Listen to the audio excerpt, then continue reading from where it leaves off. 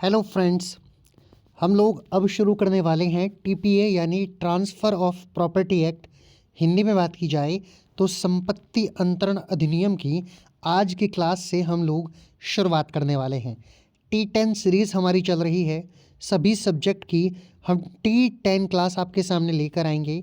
हम 10 क्वेश्चन इसलिए रखते हैं कि आप कोई भी अपना किसी भी तरह का काम कर रहे हों, 8-10 मिनट में आप 10 क्वेश्चनों को बहुत आसानी से कर सकते हैं। यानी चलते फिरते, ट्रैवल करते या कोई अन्य काम करते भी आप डेली वाइज 10 क्वेश्चनों को देख सकते हैं। इसलिए हम इस तरह की क्लास आपके सामने लेकर आ रहे हैं। जल्दी ही हम बड़े क्वेश्चनों की 50 क्वेश्चन और 100 क्वेश्चनों की क्लास भी आपके सामने लेकर आएंगे।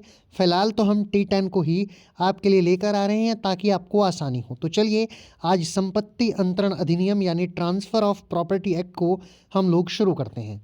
पहला क्वेश्चन, संपत्ति अंतरण अधिनियम के अंतर्गत भूमि में निविष्ट चीज़ें सम्मिलित की गई हैं परिभाषा में। कौन सी परिभाषा में ये सम्मिलित की गई हैं? ऑप्शन नंबर ए स्थावर संपत्ति की, ऑप्शन नंबर बी मूर्त स्थावर संपत्ति की, ऑप्शन नंबर सी भूबद्ध की, या ऑप्शन नंबर डी अमूर्त स्थावर संपत्ति की। एमपी एपीओ मध्य प्रदेश के एपीओ में 2008 में इस सवाल को आपसे पूछा गया है। इसका सही आंसर हो जाएगा ऑप्शन नंबर सी भूबद्ध की। चलिए अगले क्वेश्चन की तरफ चलते हैं। क्वेश्चन नंबर 2, संपत्ति अंतरण अधिनियम की किस धारा में संपत्ति को परिभाषित किया गया है? ये आपको बताना है। आपके ऑप्शन है धारा 1 में, ऑप्शन नंबर बी धारा 2, ऑप्शन नंबर सी धारा 3 या ऑप्शन नंबर डी इनमें से कोई नहीं। दूसरे क्वेश्चन का सही आंसर होगा ऑप्शन नंबर डी इनमें से कोई नहीं। एमपी एपीओ 2008 में इस क्वेश्चन को आपसे पूछा गया था। चलिए तीसरे क्वेश्चन की तरफ चलते हैं। एक कथन दिया गया है, फिर उसका कारण दिया गया है। कथन है संपत्ति एक व्यापक शब्द है और इसमें प्रतिलिप्याधिकार शामिल है। कारण दिया गया है संपत्ति अंतरण अधिनियम पेटेंट सहित सभी प्रकार की संपत्ति पर विचार करता है। ऑप्शन नंबर ए और आर दोनों सही हैं और आर ए का सही स्पष्टीकरण है। ऑप्शन नंबर बी ए और आर दोनों सही है परंतु आर ए का सही स्पष्टीकरण नहीं है। ऑप्शन नंबर सी ए सही है परंतु आर गलत है और ऑप्शन नंबर डी ए गलत है परंतु आर सही है। उत्तराखंड सिविल जज 2002 में इस क्वेश्चन को आपसे पूछा गया है। क्वेश्चन नंबर 3 इसका सही आंसर हो जाएगा ऑप्शन नंबर सी ए सही है परंतु आर गलत है। आगे चलते हैं चौथे क्वेश्चन की तरफ। संपत्ति अंतरण अधिनियम किस वर्ष में बनाया गया था? Option number A 1883, option number B 1882, option number C 1881 या option number D 1880। Uttarakhand exam 2011 और 2019 में जे परीक्षा में इस क्वेश्चन को आपसे पूछा गया है। चौथे क्वेश्चन का सही आंसर हो जाएगा ऑप्शन नंबर बी 1882। अगले क्वेश्चन की तरफ चलते हैं। संपत्ति अंतरण अधिनियम 1882 प्रवर्त हुआ 1 मार्च 1881 को, 1 अप्रैल 1881 को, 1 जुलाई 1882 को या 1 अगस्त 1882 को।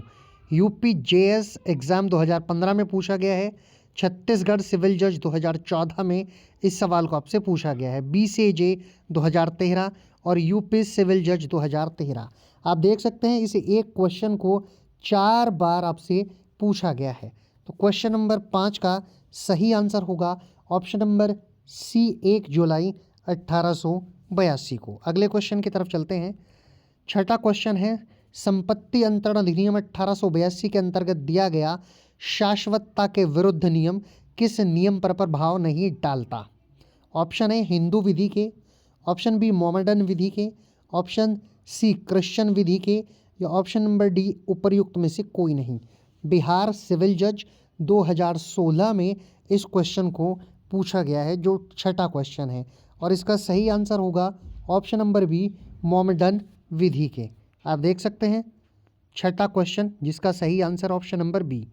7वां क्वेश्चन देखते हैं। संपत्ति अंतरण अधिनियम 1882 का अध्याय 2 किस विधि के नियम को प्रभावित करने वाला नहीं माना जाएगा? ऑप्शन नंबर ए क्रिश्चियन विधि, ऑप्शन नंबर बी मुस्लिम विधि, ऑप्शन नंबर सी पारसी विधि या ऑप्शन नंबर डी उपरोक्त में से कोई नहीं। उत्तराखंड सिविल जज 2011 में इस क्वेश्चन को 7वें क्वेश्चन को आपसे पूछा गया है। इसका सही आंसर है मुस्लिम विधि। सेम यही क्वेश्चन थोड़ी लैंग्वेज को चेंज करके 6ठे क्वेश्चन में भी आपसे पूछा गया था। ये वही क्वेश्चन है, बस एग्जामिनर करता क्या है, थोड़ा लैंग्वेज को चेंज कर देता है। 8वें क्वेश्चन की तरफ चलते हैं। स्थावर संपत्ति के अंतर्गत सम्मिलित नहीं है। ऑप्शन ए घास, ऑप्शन बी उगती फसलें, ऑप्शन नंबर सी खड़ा कास्ट या ऑप्शन नंबर डी उपर्युक्त सभी। यूपी जे में पूछा गया है, 2015 का ये क्वेश्चन था। आप देख सकते हैं नीचे रेड पेन से लिखा हुआ है 8वें क्वेश्चन में। 8वें क्वेश्चन का सही आंसर हो जाएगा ऑप्शन नंबर डी उपर्युक्त सभी। 9वें क्वेश्चन की तरफ चलते हैं। स्थावर संपत्ति के अंतर्गत खड़ा कास्ट नहीं आती। ये बात सही है। ऑप्शन ए में दिया गया है, ऑप्शन बी में दिया गया है गलत, ऑप्शन सी जब तक जमीन में गड़ा हो आती हैं, ऑप्शन नंबर डी केवल कास्ट के जंगल स्थावर संपत्ति नहीं है। छत्तीसगढ़ जे में पूछा गया है, 2003 का एक क्वेश्चन है, रेड पेन से लिखा आप देख सकते हैं, क्वेश्चन नंबर 9। और क्वेश्चन नंबर 9 का सही आंसर है ऑप्शन नंबर ए सही। चलिए आज की क्लास का लास्ट क्वेश्चन देखते हैं। 10वां क्वेश्चन, संपत्ति अंतरण अधिनियम 1882 के अंतर्गत खड़ा कास्ट है। ऑप्शन ए केवल स्थावर संपत्ति जब तक भूमि से अलग न कर दिया गया हो, ऑप्शन नंबर बी स्थावर संपत्ति जब तक भूमि से अलग करने की संविदा ना हो, ऑप्शन नंबर सी स्थावर संपत्ति नहीं है, ऑप्शन नंबर डी स्थावर संपत्ति यदि मूल्य 100 रुपये से अधिक हो। बिहार सिविल जज 2016 में इस क्वेश्चन को आपसे पूछा गया है। 10वां क्वेश्चन, इसका सही आंसर हो जाएगा ऑप्शन नंबर सी स्थावर संपत्ति नहीं है। तो इस प्रकार ये 10 के 10 क्वेश्चन आपके इस क्लास में हमने कर लिए हैं। आशा करता हूँ कि इन क्वेश्चनों को आपने बड़े ध्यान से देखा होगा। ट्रांसफ़र ऑफ प्रॉपर्टी एक्ट की मैंने क्लास के स्टार्टिंग में ही बताया था, ये आपकी पहली क्लास थी जिसमें क्वेश्चन नंबर 1 से लेकर क्वेश्चन नंबर 10 तक इस वीडियो में मैंने आपको कराए हैं।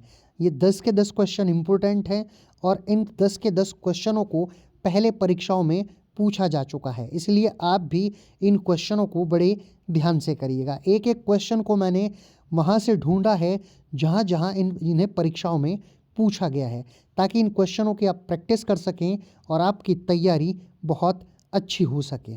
फ़िलहाल आज के वीडियो में इतना ही, इस क्लास में इतना ही। यदि ये क्लास आपको पसंद आया है, ये 10 क्वेश्चन आपको पसंद आए हैं, तो हमें कमेंट बॉक्स में ज़रूर लिखिएगा और साथ ही साथ इस क्लास को लाइक कीजिएगा, इस वीडियो को लाइक कीजिएगा, शेयर कीजिएगा और यदि आप हमारे चैनल पर नए हैं तो हमारे चैनल को सब्सक्राइब ज़रूर कर लीजिएगा। मैं जल्द एक बहुत अच्छी क्लास के साथ फिर से आपके सामने हाजिर होऊंगा। तब तक के लिए नमस्कार।